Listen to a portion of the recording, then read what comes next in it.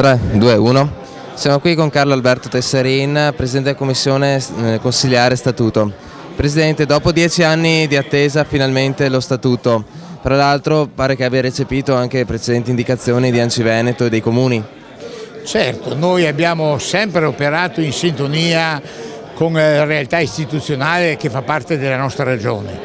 Devo dire e ricordare che abbiamo iniziato i lavori visitando tutte le 7 province, ma in particolare visitando le sedi dei 7 comuni capoluogo.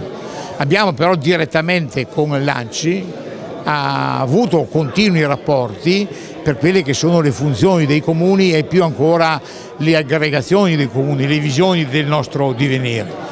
Sappiamo il ruolo importante che la società veneta ha nei confronti del territorio attraverso i sindaci e quindi riteniamo che questo statuto sia l'esaltazione della positività di questo rapporto, che non può prescindere per il collegamento con la sua gente dal ruolo preziosissimo che svolge la comunità complessiva dei nostri comuni, piccoli e grandi, e a questi la nostra massima attenzione.